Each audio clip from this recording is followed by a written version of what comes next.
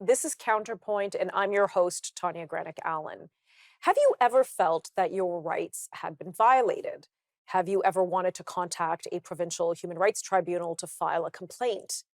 Did you start and then give up because it's just too bureaucratic and onerous for a lay person to navigate?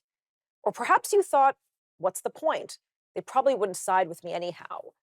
Well, one Canadian father decided to pursue a case and take it as far as he could go. His complaint?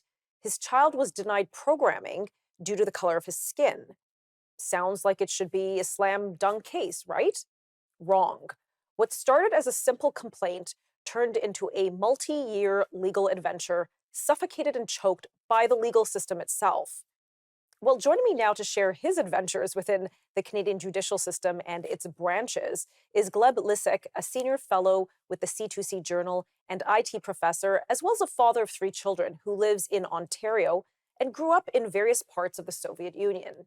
He is the author of a two-part feature with the C2C Journal titled One Flew Over the Kangaroo Court. Part 1, My Fight Against Human Rights Tyranny, and Part 2, The System Invents Its Own Jurisprudence.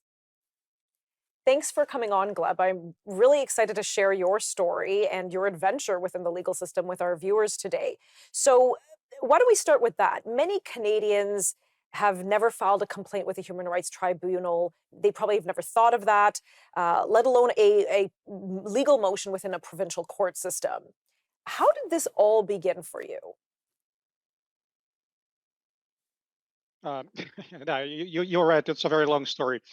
It all began in 2021 when we came into the issue of trying to apply for a program that my son wanted to engage in. It was a free summer program, and I was happy that it's free, and he was happy that he found something interesting for himself. So we but then during in the process of the application, he came into the option that was asking him to choose his race, and it was stated right there that if he is not black, then he won't be able to participate in the program. So that's how we started. I started with a petition first. Well, sorry, I complained to the Ministry of Education, who was sponsoring the program. Then I went to a petition, which is a useless thing to do. And then I went to the Human Rights Tribunal at the time. So, and it took them a year to just look at my application. So we really started engaging into communication in 2022. So almost exactly a year from when I applied. Okay, so So before that's we how get into that's how it started. yes, and Mhm. before we get into some of those more finer legal details, because it's quite the story. Let's bring it back to when you were starting to do this application process for the summer program for your kid. And I'm sure, like many parents, like, oh, great, there's a course, like you said, my son is interested in. It's summer, he won't be doing nothing, he'll be occupied. And then you were faced with a roadblock. He selected his race. Now, I assume the race that he ticked off was not black. And as you said, anybody who was not black was precluded from applying. What was your and your son's initial reaction at that point?